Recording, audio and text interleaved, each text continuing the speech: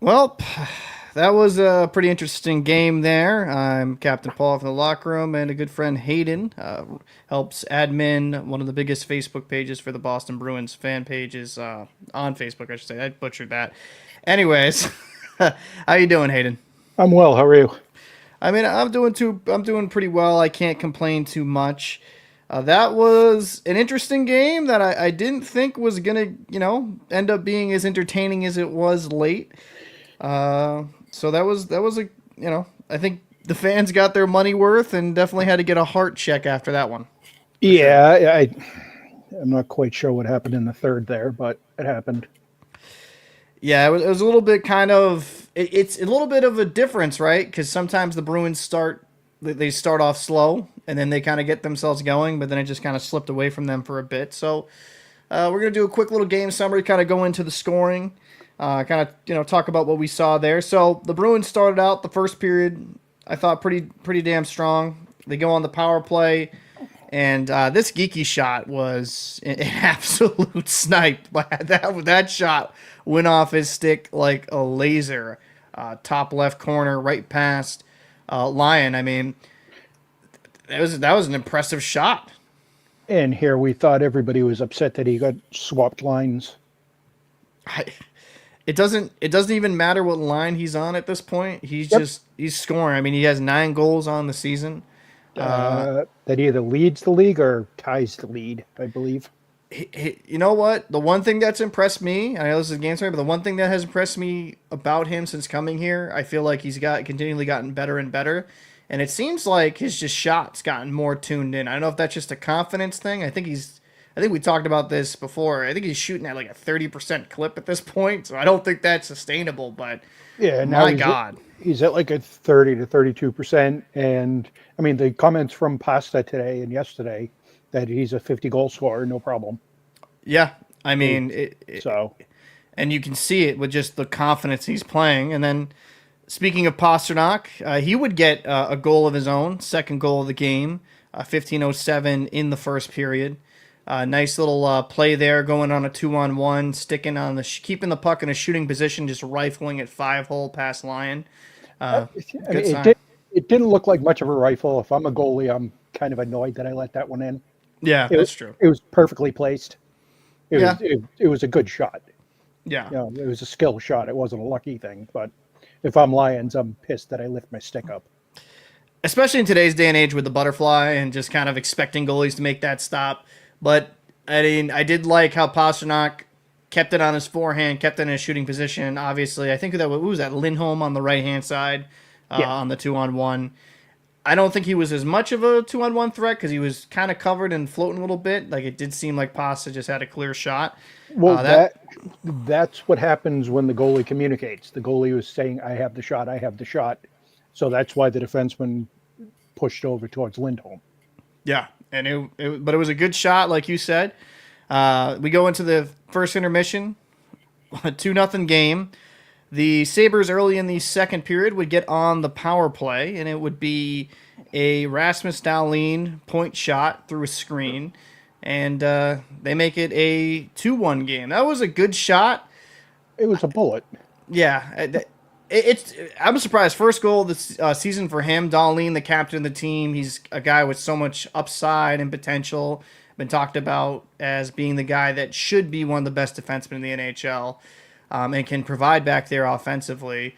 I can't really blame Corposello on that one, on that particular screen. I think it was No. pretty good in front net presence. Excuse me, there, and Well, honestly, can't go ahead. well, what stinks about it is he's the one Zadorov had just mushed into the ice like seconds before that, Yeah, and then he got up and scored. And I was just like, "Oh God, anybody but him." I mean, and the Sabres were pushing. They had a couple good chances there late, and then I gotta say, Janot, who created the third goal for the Bruins with that shifty little play in his own defensive end, was a little toe drag, kind of getting away from a forechecker. He moves it up. I think it was to Corrali. Then Corrali gives it back to Janot. Janot kind of shoots it, and then Kastelik buries home the garbage. making it 3-1. And I felt like at that point in the game, I thought Buffalo was starting to press, and you could kind of feel a little bit of a momentum shift, and that was just kind of a nice little like they needed that one ending in the second. Yeah, you could definitely feel momentum shifting at that point.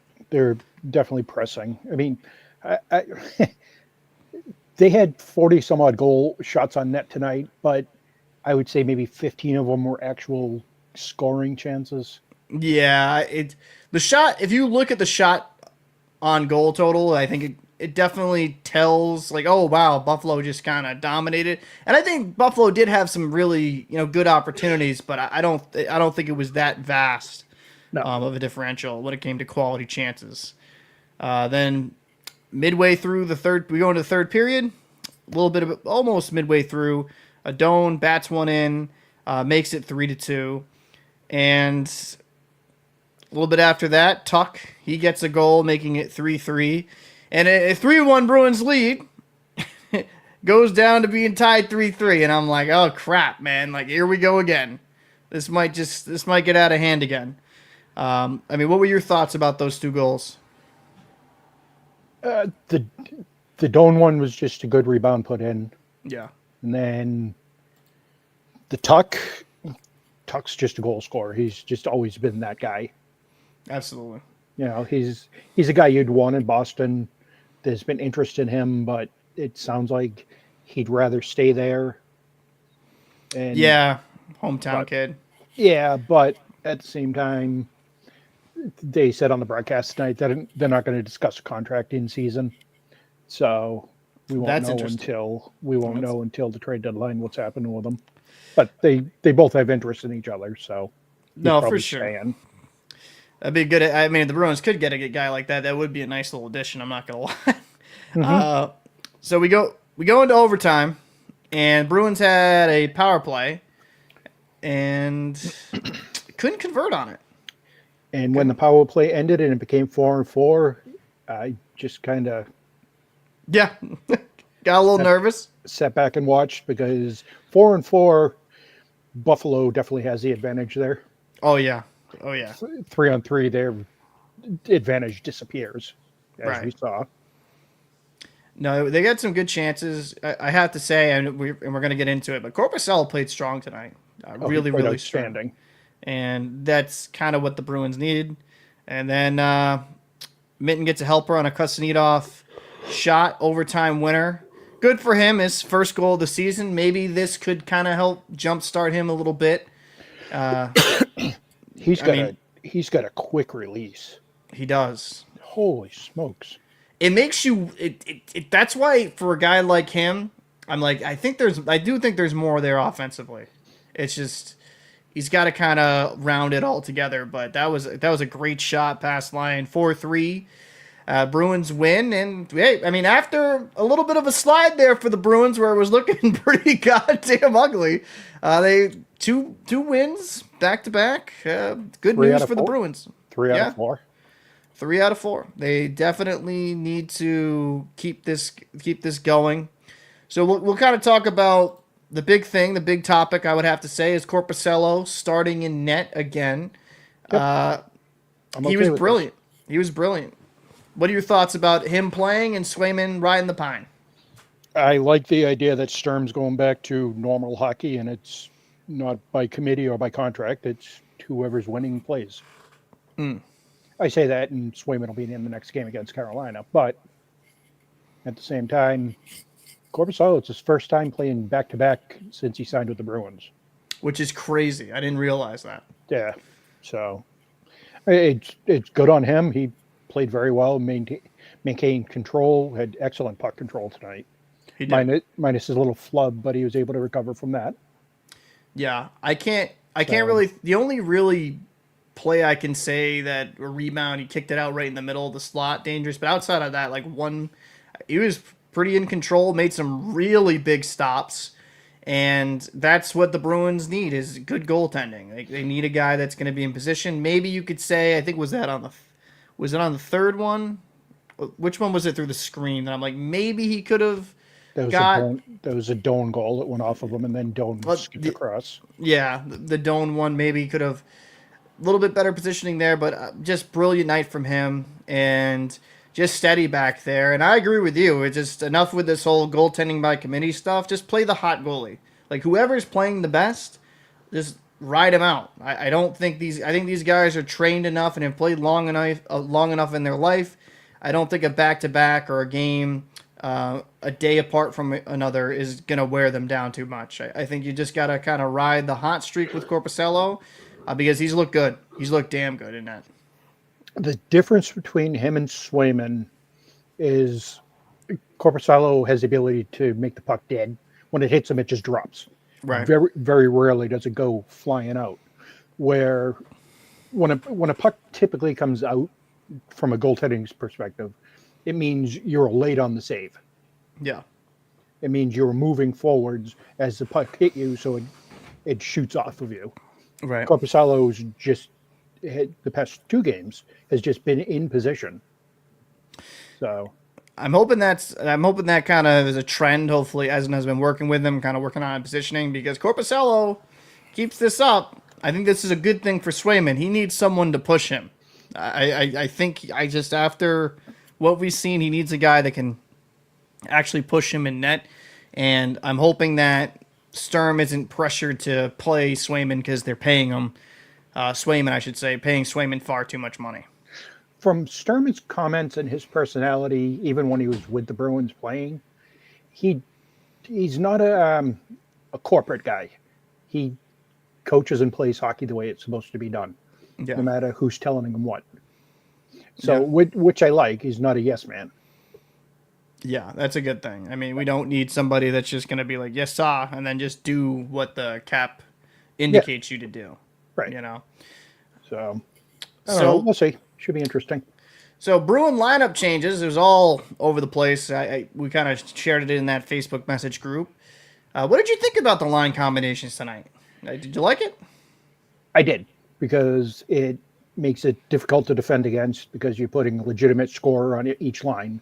Mm-hmm. Where before we had 4 legitimate scorers in the top 2 lines. Yeah, and it just made it easier to kind of, once you got to the bottom 6, it's like, okay, like we know that these guys aren't necessarily the most offensively gifted. Right. So I do like that quite a bit. I think that when it comes down to, I would like them to see if they can stick with this lineup for the most part, but there's one change they need to make. I thought Corrali was not good. Free my boy Johnny Beach. Free Beecher. I don't get it. I don't get it. It's going to be a tiny bit of a rant here. He's played great in his 3 games. He had that goal, obviously, and that's all well and good. But he was hustling, skating, beating people to pucks. Good on the penalty kill. Good with the forechecking. I'm not sitting here saying he's a 40-goal scorer at the NHL level, but I thought early in the season he has deserved far more playing time than he's getting. I just don't get it. I don't understand it. Well, out of your list of love notes to him, you left out he'd be on PK1 as well. Yeah, absolutely. And I don't know. I like Isamont. He's got a ceiling that he hasn't reached yet. Casterlake's there just to punch somebody in the face on occasion. Corrali, he's got the motor, he's got the hustle. It might be a team locker room type of thing, but unfortunately, we might be seeing Beecher for the wrong reasons. I say that meaning he deserves to be playing, but because of an injury tonight, he may be sneaking into the lineup.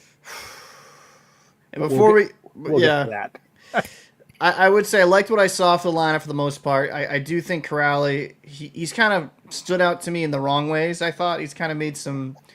He wasn't awful in this game by any stretch of the imagination, better than the previous, but I don't know. I just think that he's a prototypical 4th line guy. Yeah, and there's nothing wrong with that, but a prototypical 4th line guy, you can kind of sit for a game or two, let Beecher kind of get some skates, but that's neither here nor there. I thought the defense played pretty well. We're going to talk about Asparat and him in a later segment. For me, Hampus Lindholm, I mean, it's just so apparent how much they need him to stay healthy. I will say that. He calms the ice down. 100%. Yep. And was it Iverson that fought tonight for Pasternak? No, I think it Asimont? I thought it was Oh, Asimont. Esimont. Yeah.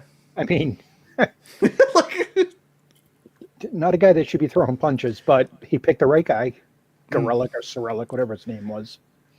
Who I think it was both of their first fights in the NHL. So hey man, I loved it. Honestly, it was like, oh, little guys going at each other. That's kind of fun, you know. yeah, but I mean, Pasta got taken out behind the play on a dirty. I wouldn't say dirty, but if he played, and Yeah. he took exception and took care of it, which is what this team needs. And there was a lot of jawing before the end of the second period, going into the intermission, because it was. I'd like to know what was going on there.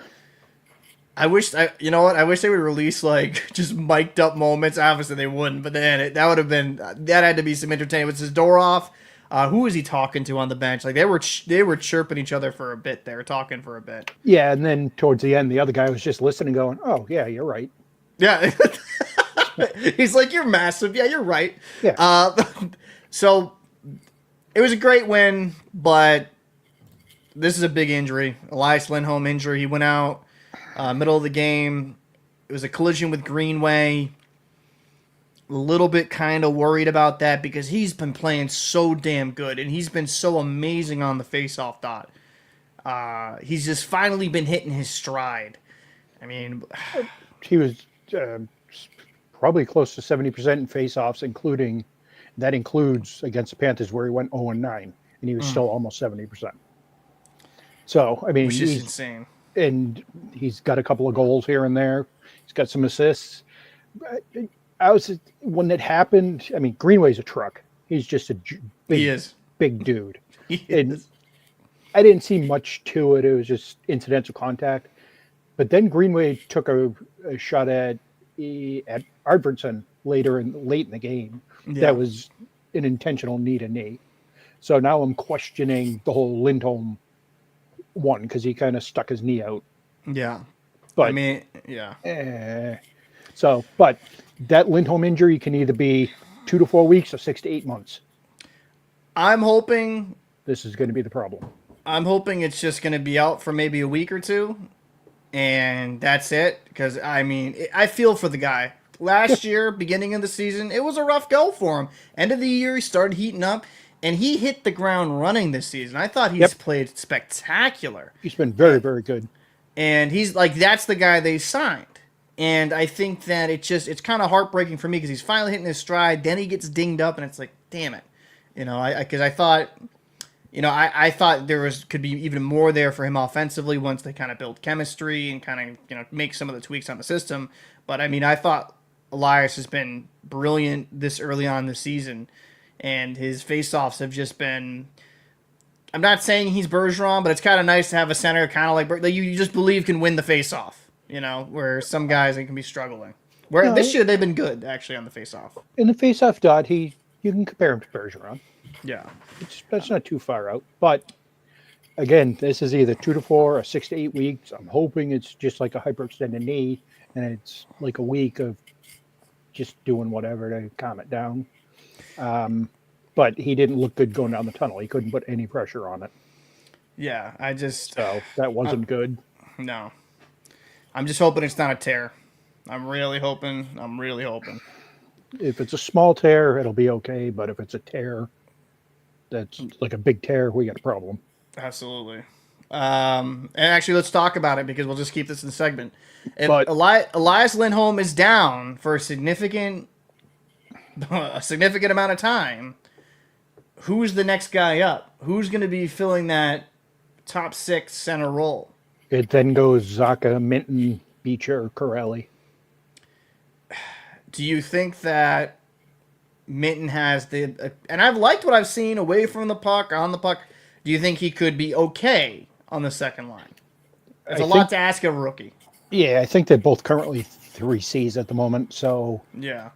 But Minton's a bigger body. Yeah. And a little more hard to move. So I think they would probably try him. Mm-hmm. I'm not sure who they'd recall from Providence because Providence is 7-0. They're doing something right. But I don't know who they'd call up as a center. I mean, some people will obviously go to the Matthew Patra thing, but I think he just needs more seasoning down the AHL and really kind of learn to play the pro game in North America. We've talked about him a few times, and I think some of that is he likes. I'm starting to think he likes to freelance. He doesn't skate lanes. He likes to zigzag, and yeah, guys don't exactly know what he's doing or where they should be. So I haven't seen him down in Providence this year. Maybe next week you and I can go down and take a look. 100%. Yeah, that'd be fun. We should definitely do that actually. Yeah, and then so that could have been part of the problem, and he still didn't put any weight on. Which is concerning. So I think he needs to add like 15, at least 15 more pounds of like in actual muscle, muscle yeah, to really strengthen himself and protect himself. I mean, listen, you can be successful, especially in today's NHL, but even a couple decades ago, like Martin St. Louis, like he was a small guy, but he was like a shithouse dude, was jacked. You yeah, know, you take care of yourself and you kind of build strength, you can survive at the NHL level. It just kind of comes down to the work in the off season and how yeah. much you're willing to put in. I mean, he had Gretzky, who played forever and was a tiny dude, That's true. but That is true. he knew enough to get out of the way Yeah. and not to Patrick, put himself in a bad spot. if Patrick can get out of the bad habit of keeping his head down, which they teach you at a young age, I think he'd be in a better spot. But I think is it the end of the world with Lindholm being out? I mean, Zaka I thought looked really good since moving back to the center spot, and I think that Minton can be serviceable. But if it's more than a few weeks, Well, it I might be mean, difficult. Middlestat's also a center, so Yeah, I mean that's true. But I like you said, I think we just have so many third line centers. I don't think we have a real outs. You know, and most teams wouldn't. But with Lindholm out, it's going to be a little bit of a struggle there. But who knows? Maybe if they kind of can figure the lineup like they did tonight, where they're putting a little bit more depth through the top nine, maybe it can work. yeah, Maybe Minton takes the next step. We don't know. yeah. I mean, like you said, it would be asking a lot of them. Yeah. But from what I've seen through camp and the way he's playing, he's kind of got the IQ to be able to do it. Yeah. He hasn't done anything boneheaded yet. And if he does, Which is good. it happens. It happens on occasion. Yeah, I mean know. that's no player's perfect besides Bergeron. No, just no, but no player's perfect. There's always going to be some type of mistakes. I have okay, so let's go into the next segment because I'm curious on your thoughts. Aspera, right? Yep. Yep. Gets called up from the AHL. Lori, have a seat. Enjoy yourself a cold beverage. We're tired of you being a goddamn cone out there. We're going to call this AHL kid up and see how he does. And while he doesn't have the offensive upside of Lori, I have liked what I have seen. He's just been very steady defensively. Like they don't call his name out too much, and that's a good thing as a stay-at-home defenseman. He's been playing pretty damn solid. I'm perfectly fine with not hearing his name all that much. Same with Yoki. Absolutely. Those two together were just fine. Yeah, Yeah, I thought so too. again, no chasing around. This switching coverages correctly, which the Bruins as a team have been for the past two games, minus a couple of glitches here and there, but that's whatever, that happens sometimes. Yeah. But I mean, the last game you could see them just interweaving with each other, and it worked out perfectly. It worked very well today. Aspera and Yoki, I have no problem with them at all. Lindholm and Peak, I like. And McAvoy seems to be able to play angry Yeah, which is good. when he's with Zadorov. Which is good. And So- I think you're starting to see, and I've been very harsh on McAvoy, you're starting to see with Zorov, and I think he's starting to play a little bit more within himself. And, Well, because he trusts him. yeah. So, I mean, but even with Lindholm, he has a little bit of trouble because they're both offensive defensemen. Or Yeah. try to be. Try to be a keyword for McAvoy. Try to be. So, I mean, but, and I hate knocking on Laurie, is what, 12? He's, he's a young kid, and Well, that's disrespectful. he looks like he's 12. But So good. mean, they're in a spot in the season right now where they just can't give up that chance to play them and then keep losing the games and stuff because of dumb mistakes. And No. he's not the only one that's making dumb mistakes. But when you get something that's working, you stay with it till it doesn't work again.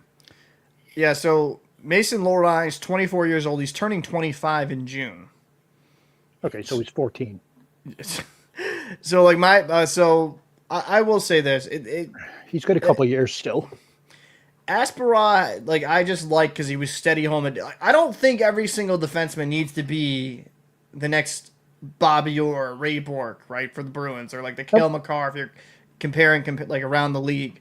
Just having a little bit of a mixture of some offense and a stay-at-home guy, I think works. I think Lohrei and McAvoy is atrocious because McAvoy feels like at times it looks like he has to cover for Lohrei, and both are offensive tendencies. But some of that's on McAvoy too. For 100%. Sometimes you just got to mind your business, and that was Sturm's comment about sometimes guys are getting involved where they don't need to be involved. Yeah, that was directed at him. That's directed at Corrali going in behind the net when you didn't have to the other night. You know, I mean, everybody's like, "Oh, it's basic one-on-one." These kids haven't. None of these guys even have played man-to-man defense since juniors, probably. right. You know, it's not something that you can just pick up again. We don't even play it in beer league, for Christ's sake. I mean, that's true. I think you just cover your zone, you cover your lanes, and you just defend. Hey, Uma, appreciate you kind of popping in. Post-game live stream, appreciate it. Thank you for watching. We got one? Yeah, we got one comment. We got 7 people watching, so we got a little bit of a turnout here. You know what? I think that for me, I think you just let Lohrei keep sitting and making him just watch the game. I think for this season, Lohrei is who he is, and that's just an offensive defenseman that doesn't really necessarily have the best defensive capabilities. He's the diet version of Thomas Caberlet. Krug. You know what? I think Torrey Krug was better defensively than Lohrei. And I'm not a big Krug fanboy by any stretch of the imagination. I mean, listen, when I'd rather have a moving cone with an RC car out there than Mason Lohrei at times. Like it was kind of rough. It's been rough this year and it was rough last year. I'm not sitting here saying Krug is a Norris winner in the aspect of his defense. Lohrei, I don't know. He's got the length and he's definitely smaller, like body type wise, but he's just not been very impressive. You know what's funny about Krug is nobody would even remember his name if he didn't have that hit with the helmet off. Oh, in the finals? Yeah. Nobody would even remember his name if it wasn't for that. I wouldn't say that. I mean, the man, I'm not being a fan. He had some very productive seasons. Like that, score. You know? I mean, I like, Jesus, I remember like old-time players like Nick Boynton and stuff like that. There'd be people that remember Torrey Krug. All right. So, kind of like the free balling aspect of the show. So kind of going forward with the Bruins, they've won back to back, right? You're seeing a little bit of an improvement. Is this going to be the team this year? A bunch of Jekyll and Hyde, like some streaks where it's like, okay, you look like a good hockey team, and then there's going to be some streaks like, are the Providence Bruins playing currently in the NHL right now? Do you think this is just them, or do you think that with some more games and some more repetition, and they can't really practice because of the condensed schedule, but like just more practice with this new system under Sturm, do you think with more time they'll be better, or do you think they're just going to be very inconsistent throughout this season? They'll pull the 3 games and then lose a couple, win 4, lose 1. They'll be. My personal opinion, because I'm always a half glass full type of guy, they'll be a tough out for the season. If it comes down to people needing to beat them to make the playoffs, the Bruins will probably screw some seasons up. There's potential that they screw their own season up too. Mm-hmm. But if they can't take nights off like they did it. I mean, they had a great game against Colorado, then they just didn't show the Yeah. next night. They can't do that. It's going to happen on occasion. It's hockey. It happens to every team. Right.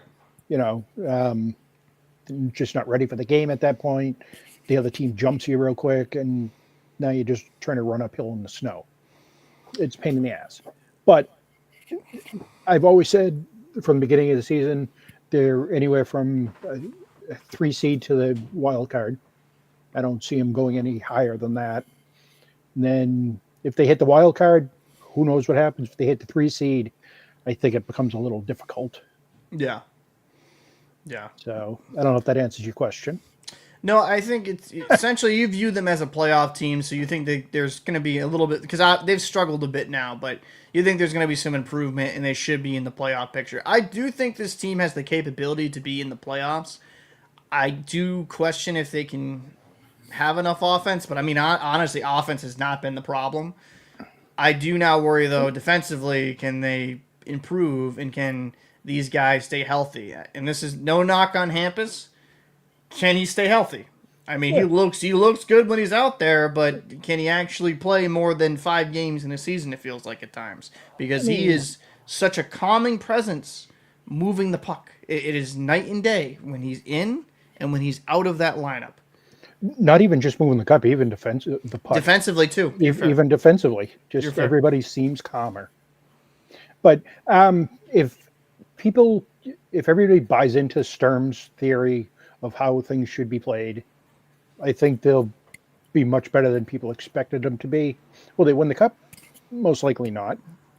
Will they make the second round? 60-40, probably not.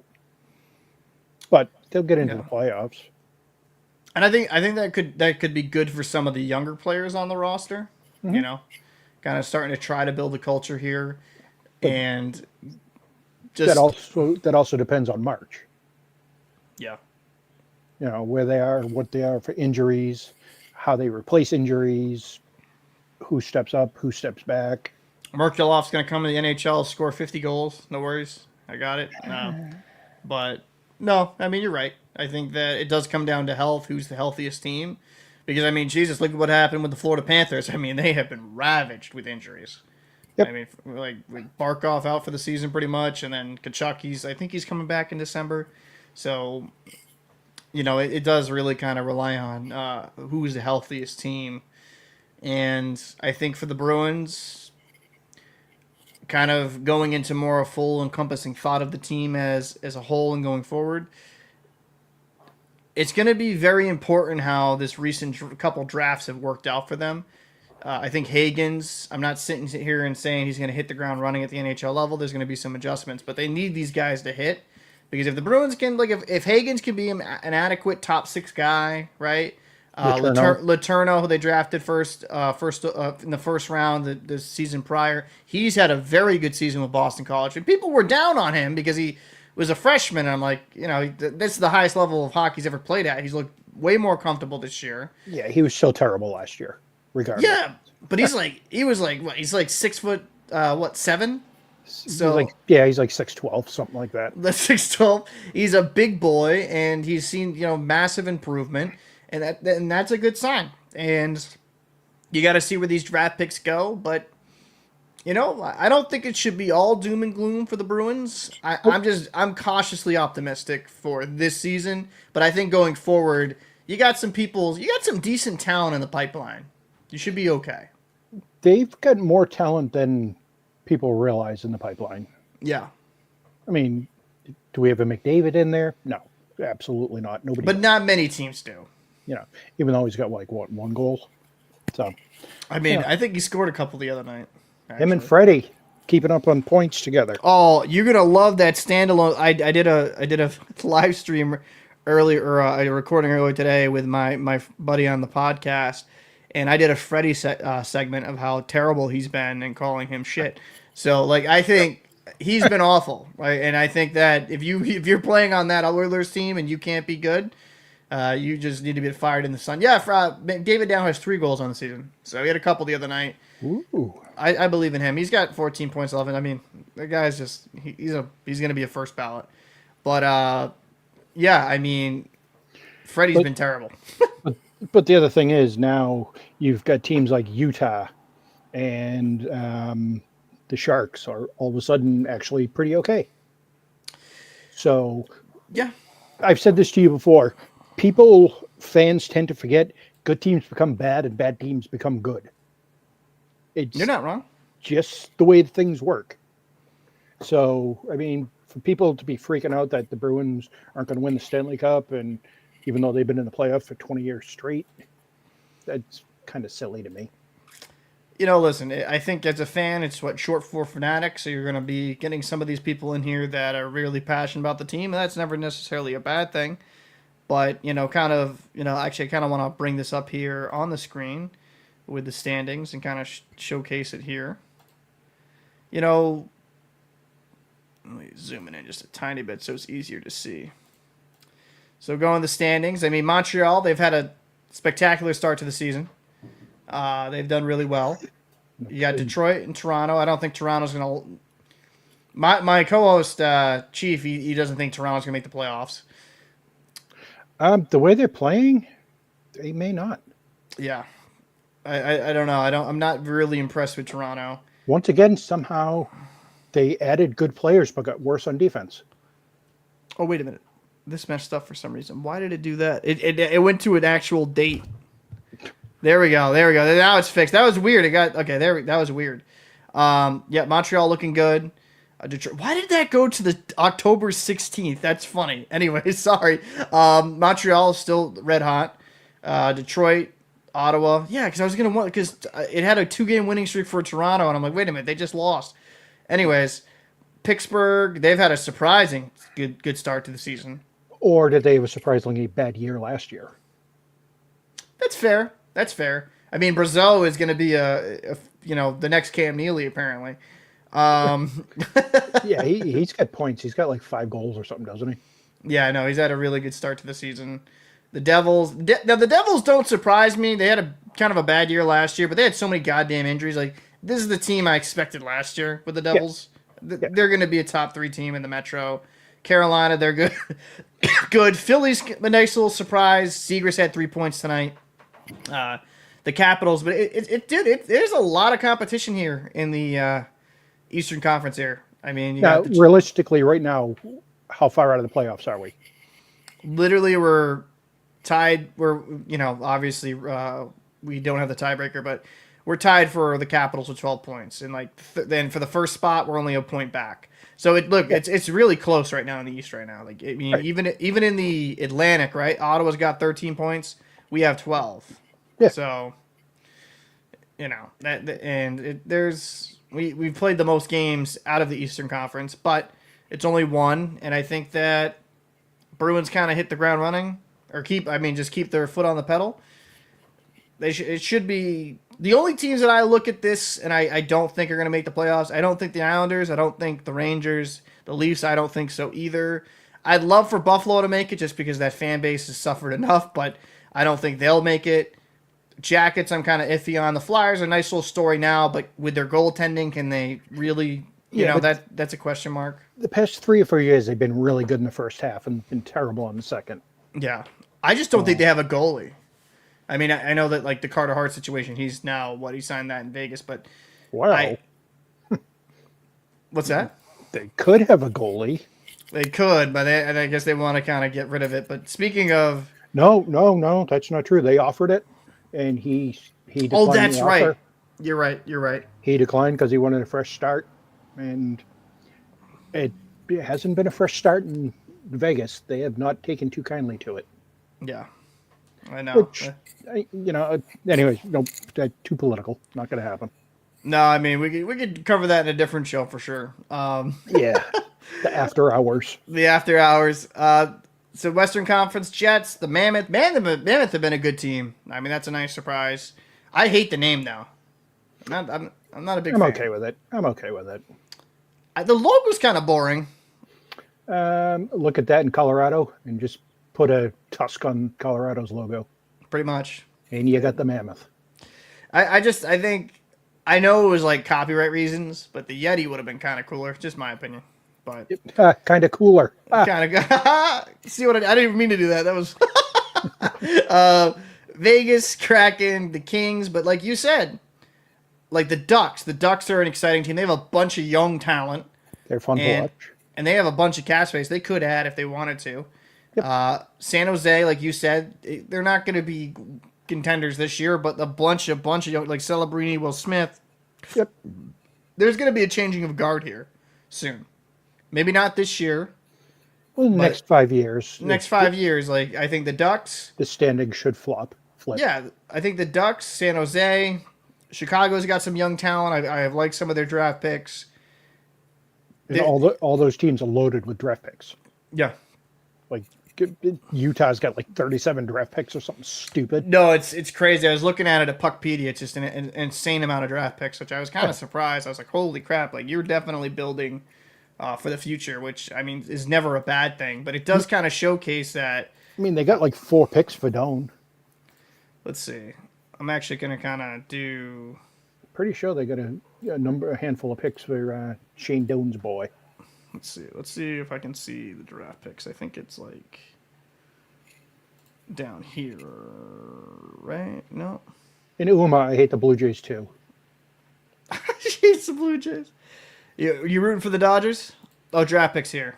I'm rooting for Oshania, whatever the hell his name is. Oh, Tani, the Dodgers. So they got a first round pick, 2 second round pick, no, 3 second round picks in this upcoming draft.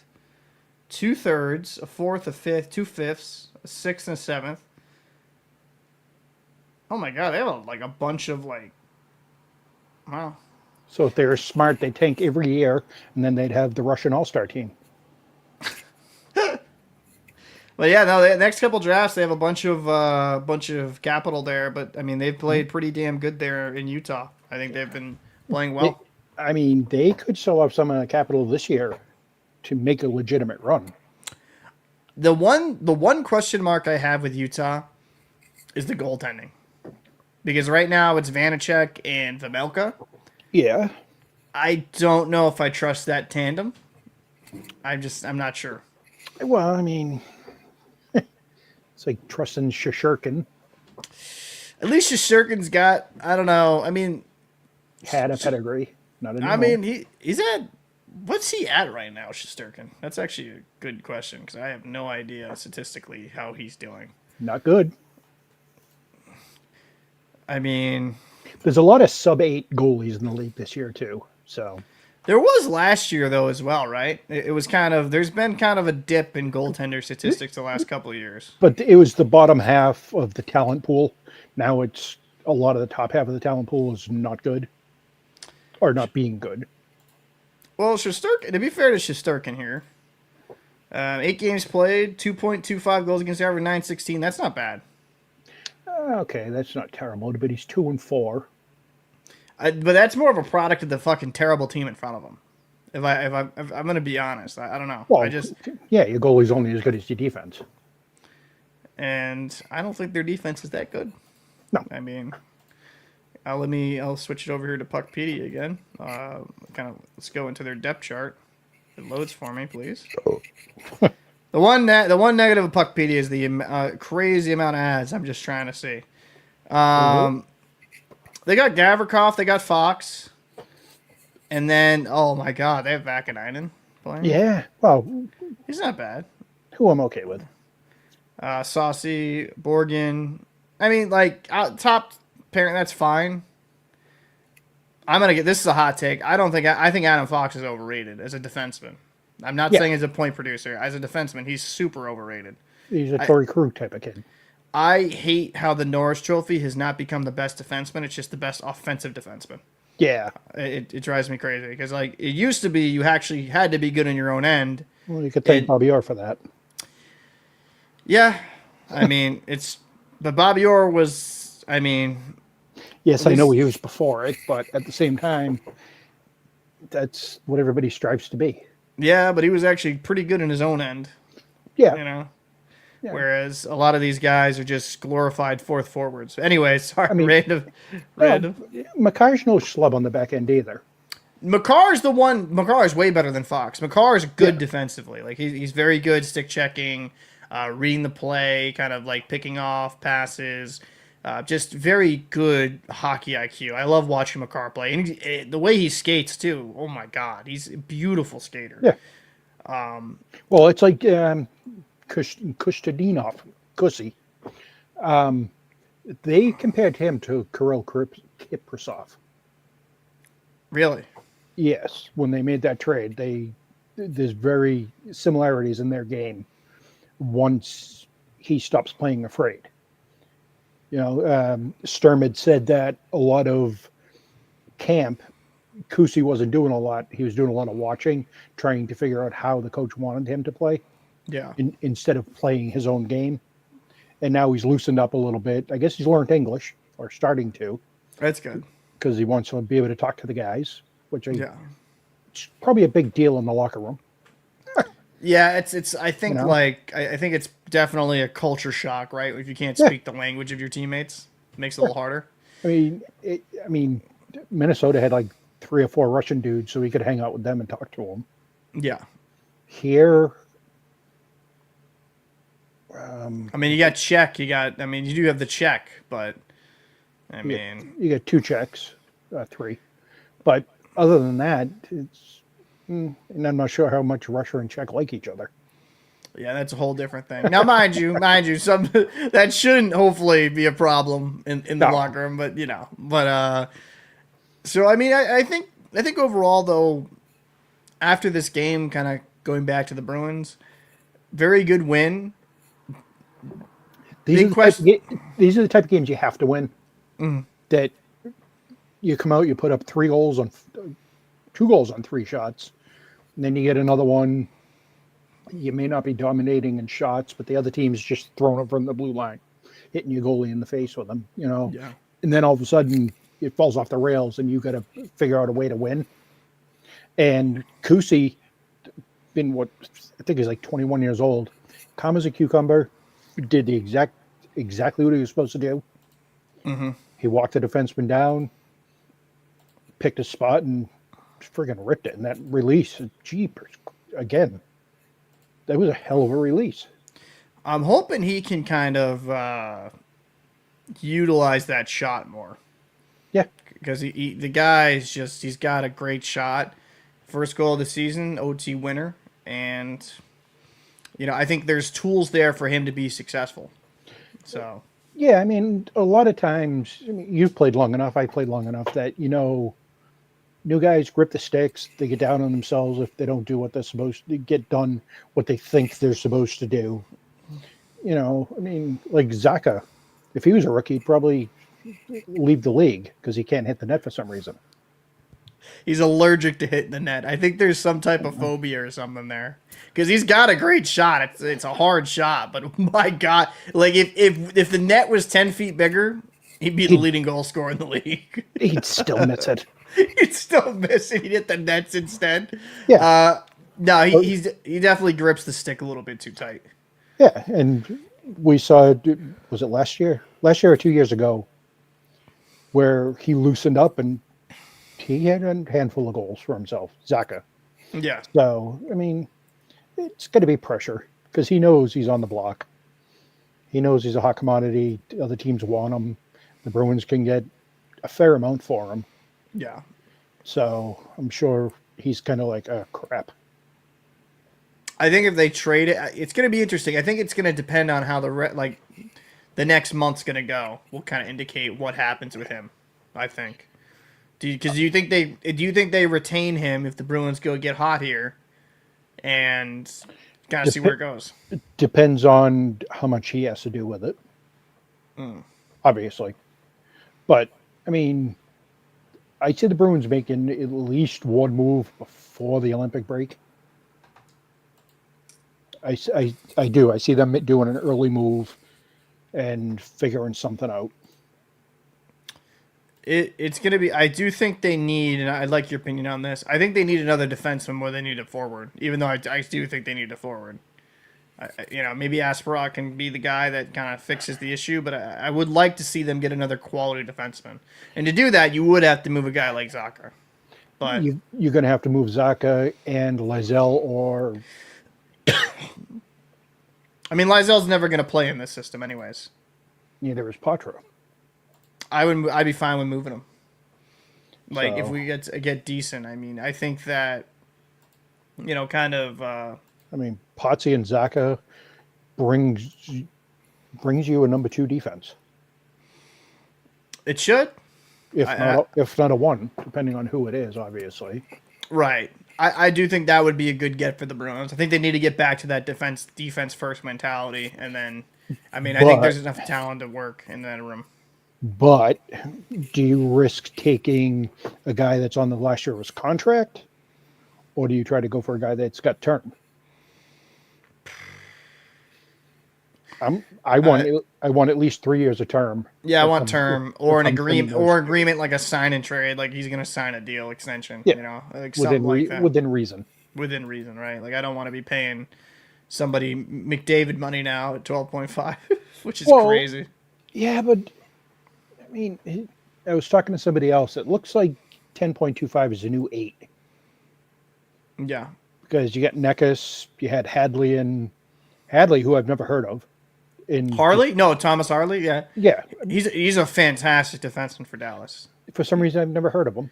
He's young. He's been really good. I think that's a great deal because you get them young and throughout their prime. Yeah. But he got 8 times 10.5. Yeah. So the 10 seems to be the new 8. Yeah. You're not wrong. Nate just signed 11.5 8-year annual AAV. Yeah. For 8 years, and he's 26, so that's a smart deal. You get him through his whole prime with that. And people thought he was coming here. Yeah, no. Oh gosh. Whoever thought that was smoking crack. I think that a whole bunch that thought they were going to be able to get him. Kind of looking at the point producers here for the Bruins here, Pasternak leading the way with 17. You got Morgan Geekie with 9 goals, 2 assists for 11. And you got Pavel Zacha here. The inverse of Geekie, 2 goals, 9 assists. He's going to have some value. He definitely will have some value there. Zacha is very much like Krejci. Yeah. He's very important to the team for different reasons than scoring all the time. And then come playoffs, Krejci, some reason, turned it on. I think the big thing here for the Bruins is just like they're going to have to be scoring by committee. Mm-hmm. And that's going to be a big thing for them. They kind of have. No, they have. Look, everybody's got a goal, no? Pretty much. Pretty much, I think, for the forwards, I think pretty much you're right. Defenseman might not have one. Yoki doesn't. Lindholm doesn't. Jeffrey Veal I don't count because he's not even here anymore. Right. Well, he is. He's just a healthy shot. Oh, he's press box. Yeah, sorry. And then goaltending, both sub 900, but Corpusal had a really good game tonight. And I think they just need to let the guy fucking let it rock. Keep playing him. Corpy, my man, Corpy. Let him have back-to-back games. Let him kind of get hot. And yeah, I don't foresee him playing in Carolina. Well, we're gonna lose that game. I think we were gonna lose that game no matter what. Yeah, but imagine another 7-goal performance. I said that about Colorado too. So fair. I'm not trying to be too hard on Swayman because I have liked Swayman in the past. Last year kind of soured me on him just with all the stuff. The contract stuff annoyed me quite a bit. We played in the days when we were happy to be on the team just because we were a goalie. Yeah. You're not going to get cut. You're the only goalie here. Woohoo! I just thought the comment of like, oh, I got to make sure, the future is set the market. And I'm like, dude, you have not been the guy. Yeah. And I'm like, and he's, he was upset about it. I'm like, dude, listen, I wish I could cry about making 8.25. I wish. That's up to like Jonathan Quick and the other guys like him to stand up for the goalie union and say, hey, listen, you're cheating the boys. Yeah. Not a kid that's only played half the games of his NHL career, literally. Yeah, no, exactly. And that's, I mean, that was kind of the biggest problem, but I'm hoping he turns it around. I am rooting for him to turn it around, but I just admittedly that did sour me on Swayman last year. Yeah, So, that and the whole contract, his body language. He just quit in a lot of games. oh, he did quit last year a A, lot. He was a lot of the players quit in a lot of games, so I'm not just saying it was just him. no, it was contagious. That room was toxic last year. That's why they shook things up a lot. And this is going to be kind of, it might rub some people the wrong way. I love Brad Marchand. Good, great person off the ice. He was not a good captain. He was not the guy for that. I mean, there's been quotes of people from the inside saying he didn't want to play the young kids. Yeah. He just wanted veterans to be playing, and that's not how you rebuild a team or build up a team. No. It's not how you make young kids better that are going to come up after you.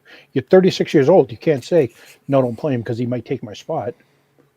Well, if you're Brad Marchand. Nobody's taking your spot, you fool. Yeah. So I don't know what the hell you're talking about.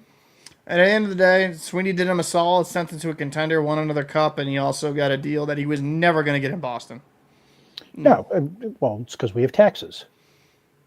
No, but even outside of the taxes, just even if he accepted just the exact same contract, it wouldn't have worked. It just would have been too much money. And I think Florida's that deal's gonna age poorly. I don't think he's really gonna. I mean, he's had a good year this year, but I don't know. I don't know how well that will age with a guy that's had more like a lot of procedures done on his hips.